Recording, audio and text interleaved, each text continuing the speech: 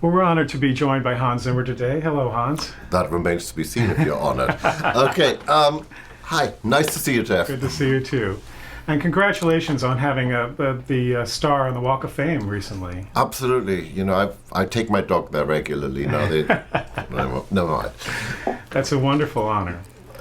It's sort of a strange thing, you know. It's how did that happen? How did I end up here? You know, it's pretty thrilling, you know, when you're the guy from out of town. Yeah.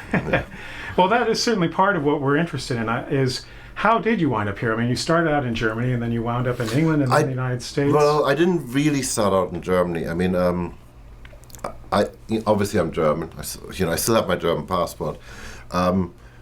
I went to school in Germany, but I finally ended up in school in England, and I just loved it there, and I just stayed there. And it seemed, you know, the rock and roll capital of the world. London certainly was at the time, and of course I instantly got typecast being German. I had to play synthesizers when I really wanted to be a rock guitarist, but I was a lousy rock guitarist, so this was probably a blessing.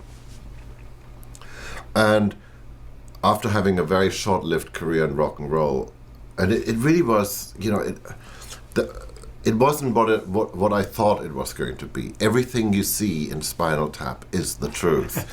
It is the most profound and accurate documentary on the music business I've ever seen. And the film stuff was more interesting, and the directors, in a funny way, were sort of more interesting to talk to, because they didn't really want to talk about the next drum kit they were going to buy or any of that stuff. I mean, they actually wanted to talk about story and images. And I had this sort of suspicion that,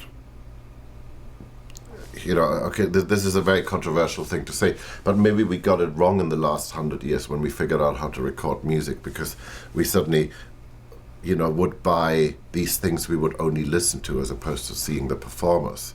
And, I think one of the Trevor Horn's brilliant ideas during the Video Killed the Radio Star days was to actually make a video and to attach images to music in that way. And of course film was doing that all the time, and being fairly arrogant, I kept thinking, you know, oh, this is a really good job to get into, because these, you know, $100 million images are going to complete my music. But which is not quite what I was thinking then. I was just, I was just trying to survive, to be honest. You know, I mean, my daughter actually asked me recently, because she just left school and she wants to be an artist, and you know, what is it like to be a starving musician? And you suddenly realize that at the time you don't think about it at all, because everybody around you is starving musicians, and somehow you figure it out because you don't even notice, because you're doing music, you're doing a thing you love, and you're probably highly unsuitable to have a real job. And you know, I was lucky. I was very lucky. I mean, how did I get over here? That's your question. I did a small independent film in England called A World Apart, and Barry Levinson's wife Diana saw the movie and she really liked the music, and she bought him the CD, and he kept thinking that it was the right sort of music for Rain Man. And literally, I met him in London. He had my address. He didn't even have my phone number. He just turned up. And asked me if I wanted to come to Hollywood and do this Rain Man thing. What must it have been like to have Barry Levinson on just show up on your doorstep? Actually, look, honestly, my studio used to be down this dark, really narrow alley in this really dodgy neighborhood in London. And so there's this knock on the door at 11 o'clock at night, and there's this guy standing there going, "Hi, my name is Barry Levinson. I'm a filmmaker in Hollywood." And I'm thinking, yeah, right, you know. And then I look behind him, and there are these two enormous limos sort of squeezed into our tiny alley, and I'm thinking, oh, maybe he really is, you know. So it was more the limos that convinced me.